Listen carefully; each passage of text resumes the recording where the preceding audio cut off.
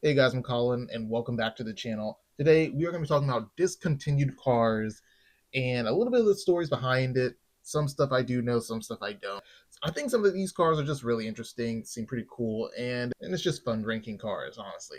But let's get into it. There's about 15 cars I got here, so hopefully you guys can let me know if you agree with the list, you disagree with the list. Should a car be ranked lower or higher? Starting off, we're going to start strong with the Pontiac Fiero.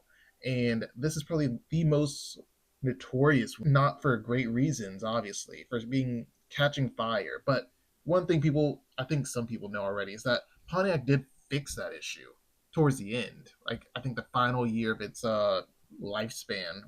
And then it got discontinued, which kind of sucks. But I mean, you're talking about mid engine car. Essentially, if we're comparing it to today's cars, it would be like the Toyota 86. It's still pretty cool. It has a very cool look. I think in today's tech, with the idea behind it, it would look really cool. Probably most likely have a light bar of some sort, I'm sure. The one thing I will say, if we're talking like Marvel stories, right? I like the Marvel series. It would be best compared to Loki, where it was destined for greatness, but on the back end, it has a bad reputation, and it's kind of a rarity to see it out in this. You know what? It might be the Loki of the car world. The more I'm talking, but for this car, I'm gonna honestly rank it a C tier. I'm gonna say C tier because it's not like it's trash, but it's pretty close. It's living close to the dumpster. You know what I mean? So the next vehicle we're talking about is the Chevy El Camino.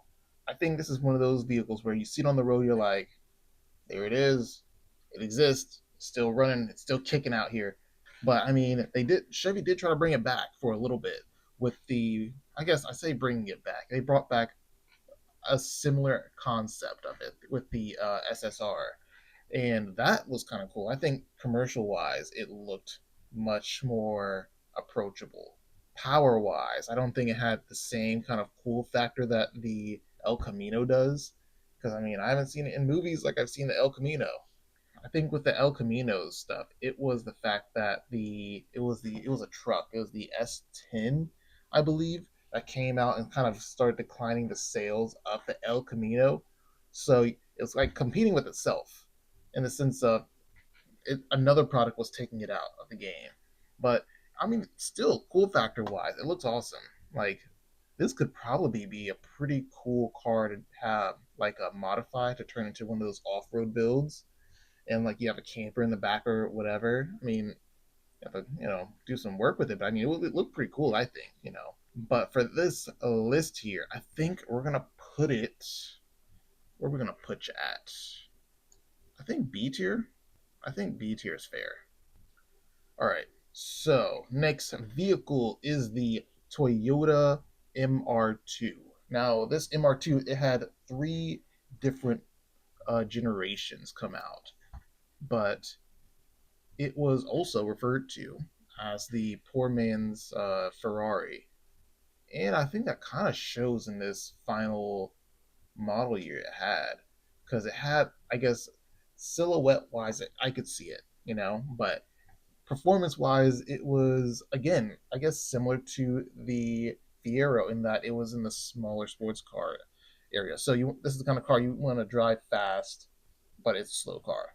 The issue with it was that it had two things going with it. One, which is kind of weird too, is like it was like the death of small sports cars while also competing with itself in the sense it had this is Toyota, so it had the Scion brand, the TC specifically, and the Toyota Celica that it was competing against as well during that time. So it was just trying to double dip a little bit too, so it kind of just slowly killed off. Plus, you're talking about an older platform, and you already have two others that you're working with. It's like you kind of see the writing on the wall a bit. It's still considered a pretty cool car.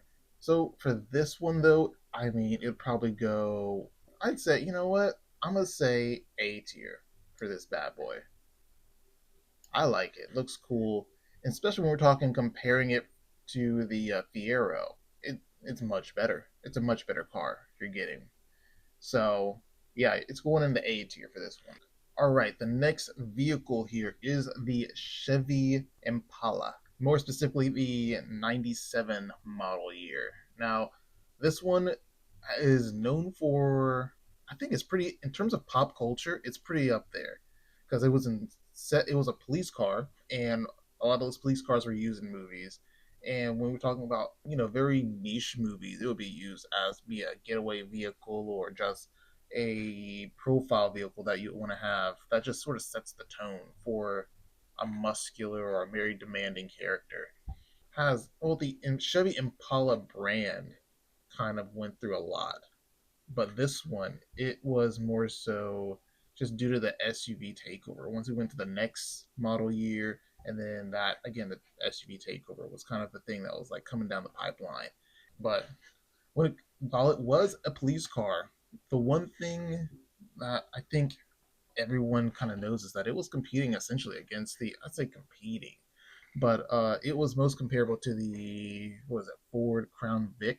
Between those two, the Chevy was more powerful, but the Crown Vic was stronger in the sense of there was more wheel to ground power on the Chevy, and the Crown Vic you could ram a couple stuff. So, and then once the Impala transitioned to being a front wheel drive, it had a V6, so it was lighter, so it can go even faster. But again, that strength test is what kind of like phased it out from that sort of position. So for this was the Impala. We're gonna put this bad boy in B tier, with its other Chevy brother.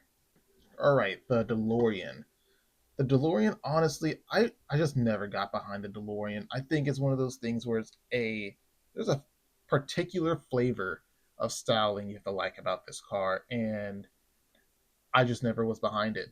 But I could appreciate it from a distance for sure. But there are three things that kind of kept it alive in pop culture too. One, I think it's just undeniable, is the movies. The Back to the Future with Marty McFly and all of them. That was an obvious one. We turn a car into like a character essentially. Yeah, popularity is going to come with it.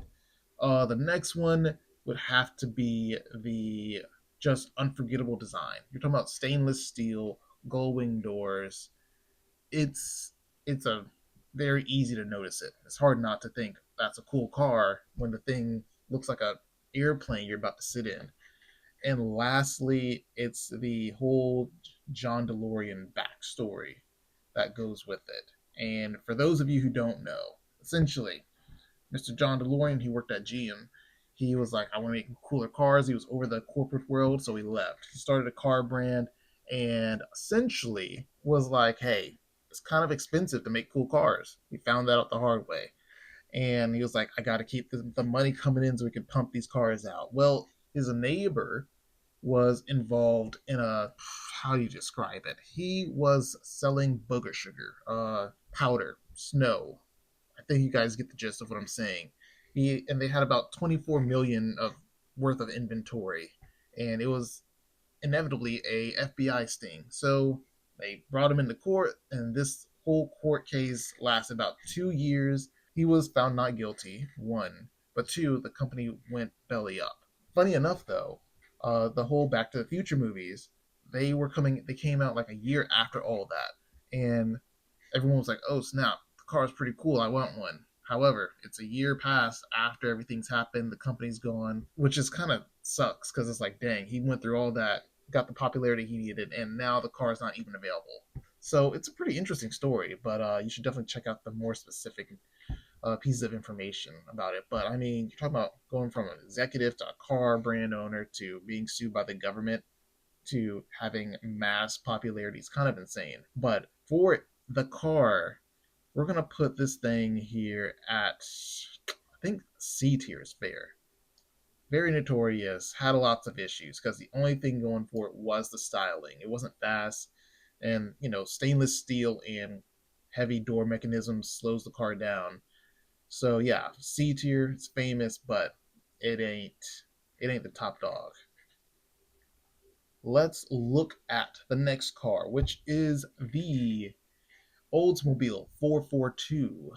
Now, the Oldsmobile, the brand itself is known for being very higher end. You know, when we're talking the kind of customers they would have, it would be like doctors and lawyers and people who are very established, has a little bit of authority behind their titles, and that was kind of the audience that they would garner when it came to it. But it was best described as like a more refined muscle car, essentially, because you already had your Pontiacs and your Fords killing the game and being loud about it. Oldsmobile had the power and a lot better interior styling when it came to what was on the market during its time. Why it didn't do so well as time went on? One, gas prices. This is a big car, and it wasn't exactly known for being good on gas. So that kind of brought down the reasons why people would go out and try to buy this kind of vehicle. And as well as identity, because once time went further on, it became sort of the afterthought brand for GM. So where does that leave them on this list? Uh, I'd say A tier, because you're talking about a brand that literally sort of set the tone, was known for being luxurious, and then kind of got demoted within the bigger GM brand. So I'm gonna say yeah, A tier, because someone had to be first, and we're gonna reward the you having to be experimented on a little bit. Speaking of experiments, though, our next car, the next car being the Ford Thunderbird. Volkswagen brought back the Beetle. Chrysler PT Cruiser had came back onto the market as well, and this whole retro styling was a trend for a little bit. And Ford was like, "Let me get in on that." And so they brought back their Thunderbird, which was has always been a cruiser vehicle, and they tried to get their hands into the market like that, and it just didn't pan out the way they were hoping it would. But I mean, from it, you had essentially a retro style car on the outside, pieces of a what was it? I think they had Jaguar at the time, so that was the S type that they had underneath there, as well as the Lincoln LS. For this car here, we're gonna put you in. I think it's fair to say C tier. I don't know. Actually, I don't think you're worthy of C tier, honestly, a little bit. So we're gonna put you in D tier. It wasn't. It doesn't have the same popularity as these bad boys, and I don't think it has kind of the same history of a B tier. A tier is not there, so I think D tier is where it's going to sit. Next car we're going to talk about is the Mitsubishi Evolution, Lancer Evolution specifically. So I think so. With Mitsubishi, I think it's more of an identity issue than a car issue, because look, you're talking about a vehicle that basically was head to head with Subaru for the longest time when it came to four door sedan vehicle in rally races and off roading and adventure as their main focus and brand identity. And then somewhere along the lines, Mitsubishi was like, nah, we're not going to do that anymore. We're going to focus on being energy efficient. We're going to be focusing on helping the world. Very kumbaya. And the one vehicle that's probably the most popular one on their lots that people are aware of when they see the body shape, they can recognize it. They're like, well, you no longer have a reason to be here. And that's kind of where the decline in the quality of the vehicle, the decline in just people buying the vehicle in general, honestly. And let's fast forward through to its final production year in 2015. People are like, okay, final release, we're expecting a little something something, right? You know, maybe more power, more styling. I mean, beggars can't be choosers when it comes to all that from the company that didn't put much energy into it beforehand. But what it got was like a slight uh, engine power bump and not really much in quality of the interior. It's just, it could have been so much better. We could have been having a whole different conversation if they stayed with that adventure identity, especially now that, you know, almost every other car, if it's not a track car or a race car in some capacity, it's an adventure vehicle. So, with that said, I'm gonna put this vehicle in the A tier, because what it was and what it's done in the past is pretty cool, pretty amazing. It looks awesome for even the time that it was. And I mean, aftermarket still sort of keeps the modernization of it alive. All right, the next vehicle we're talking about is Saturn, specifically the S line, but I think this is kind of in the same situation as Mitsubishi in that it was a brand that sort of lost its identity. It really didn't have much of an identity, but the issues surrounding Saturn is just interesting. The Saturn S series, their whole thing was like dent proof, we are no haggle. What the price is what the price is, made it easy to get the vehicle, but it just was just that. It was a cheap car. I mean, there's nothing really besides to say besides that. It was a cheap car, easy to get. Towards the 2008 financial crisis, it made it really easy for people for them to just knock off the Saturn brand because it wasn't doing nothing. It was experimental. They didn't have money to be doing experimental stuff anymore. So that's why they had to, chop off the Saturn brand. But for this specifically, we're gonna have to slap this one here. I think I'm gonna say D tier. Honestly, Saturn really didn't do much. Like truly, Saturn was not much of a. It was never known for being anything but a cheap car brand. Like they were just there. It made probably decent profits, but it wasn't doing anything crazy. All right, the next vehicle. The next one is the Pontiac GTO, and we're talking the stacked headlights model, which looks so cool, dude. Like I'm not gonna lie, I don't know too much about Pontiac besides them being a really cool brand, and the fact that it's still not around because it was known, from what I do know, it was known as the Fun brand. It's a really cool car. Had lots of cool cars, really awesome names for it. It had, besides the GTO, you had the G8, G7.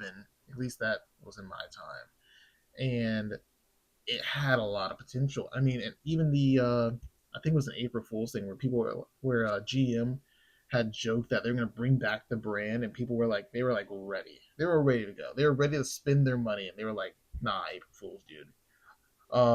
Yeah. I mean, this particular one I don't know too much about, but it looks cool. If I had the money, I'd buy one yesterday.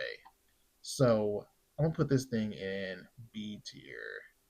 I think that's fair.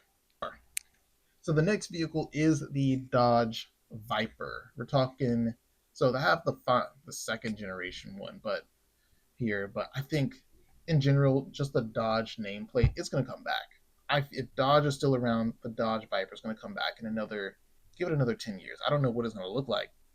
It's probably going to have a long hood though, and it's going to have insane power and be cool and have several editions come out, but it's going to come back. So I think it's fair to say just put this in S tier because it's like saying, how many times can it be taken out? How many times has it come back? I could see it coming back because all of them are fun. All of them look cool. People love the look of it, love the sound of it. The sales always seem to be an issue part of it, but I think Dodge, it's almost like a creative hit for Dodge at this point, where it's like we got to bring it back. Boom, all the other cars that they have after that point will look amazing. Hopefully, Dodge doesn't put a electric engine when they bring it back, but I feel confident it'll come back.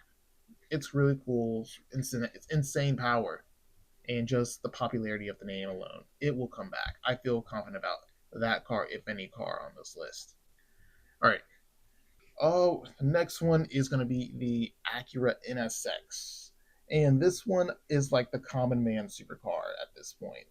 And I'm just going to go ahead and drop it in S tier as well because I think popularity wise, it's there.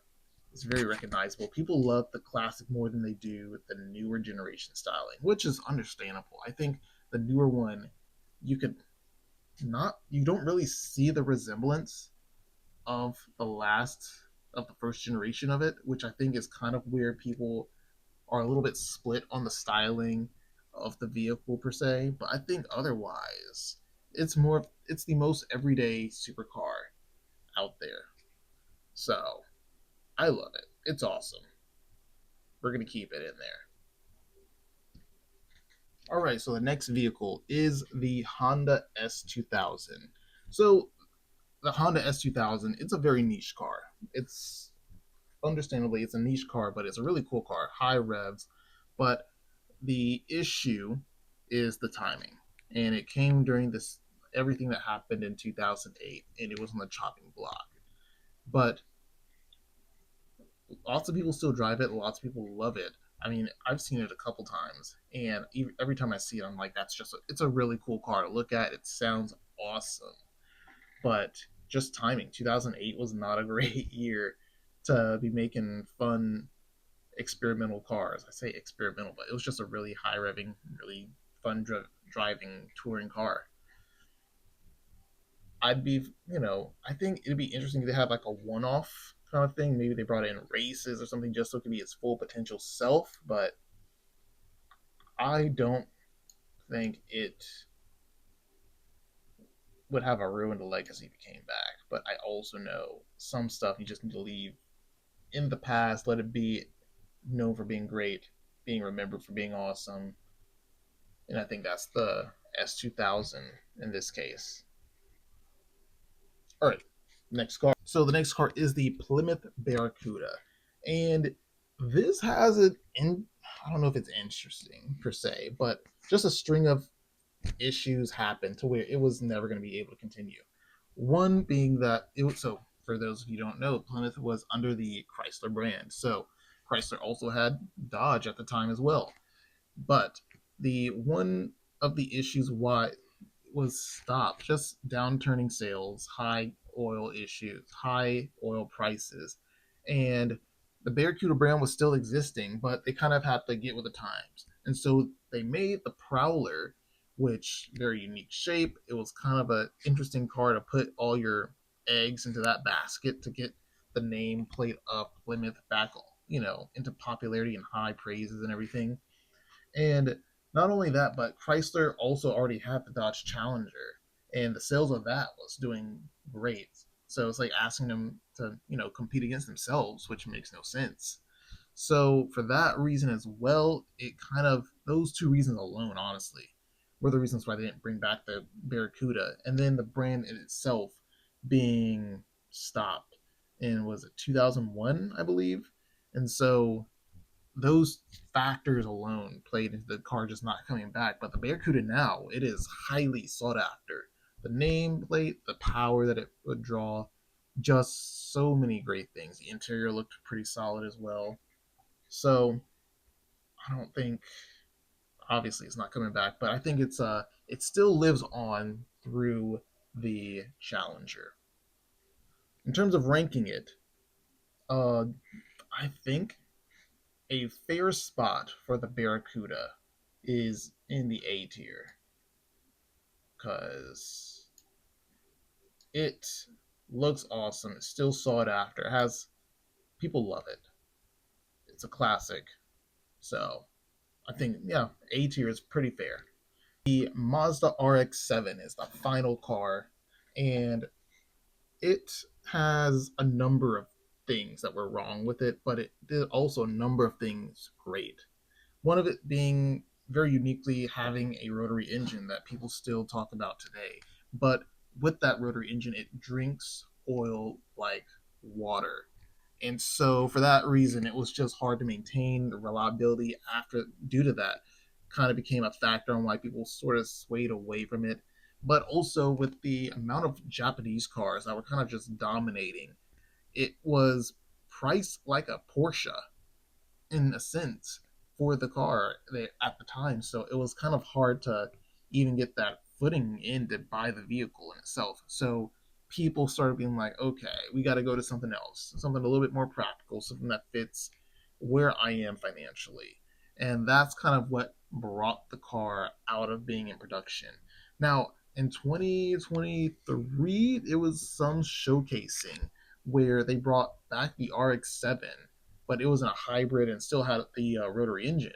But I think that's like the last time, or that's the closest we're ever going to get to probably seeing some form of it.